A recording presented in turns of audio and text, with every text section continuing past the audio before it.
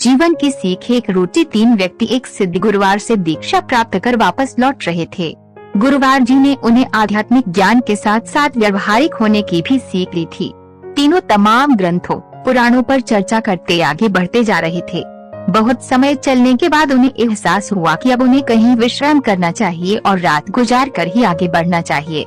वे एक जगह रुके और खाने की पोटली खोली, पर दुर्भाग्यवश उसमें एक ही रोटी बची थी। तीनों ने सोचा कि इसे बांट कर खाने से किसी की भूख नहीं मिटेगी, अच्छा होगा कि कोई एक ही इसे खा ले। पर वो एक व्यक्ति कौन हो ये कैसे पता चले? चूँकि वे आध्यात्मिक अनुभव कर लौट रहे थे, इसलिए तीनों ने तय किया है कि इसका निर्णय वे भगवान पर छोड़ देंगे।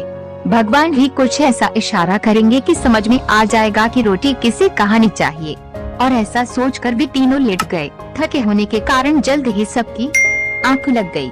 जब अगली सुबह वे उठे तो पहले व्यक्ति ने कहा, कल रात मेरे सपने में एक देवदूत आए, वह मुझे स्वर्ग की सैर पर ले गए।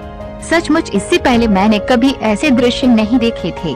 असीम शांति, असीम सौंदर्य मैंने हर जगह देखी। और जब मैं भ्रमण के अंतिम चरण में था तो सफेद वस्त्र पहने एक महात्मा ने मुझसे कहा, पुत्र ये रोटी लो, इसे प्रसाद समझो और अपनी भूख मिटाओ। पहले व्यक्ति ने अपनी बात खत्म ही की थी कि दूसरा व्यक्ति बोला, कितनी अजीब बात है, मैंने भी बिल्कुल ऐसा ही सपना देखा। और अंत में एक महात्मा ने मुझे स्पष्ट निर्देश दिए कि मैंने जीवन भर लोगों का भला किया है, इसलिए रोटी पर मेरा ही हक बनता है।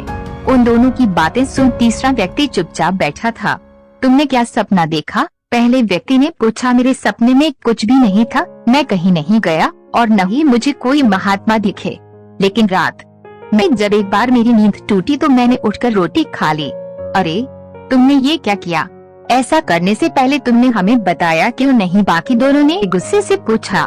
कैसे बताता? तुम दोनों अपने अपने सपनों में इतने दूर जो चले गए थे। तीसरे व्यक्ति ने कहा, और कल ही तो गुरुवार जी ने हमें बताया था कि आध्यात्मिक ज्ञान के साथ साथ व्यवहारिक ज्ञान का महत्व समझना चाहिए।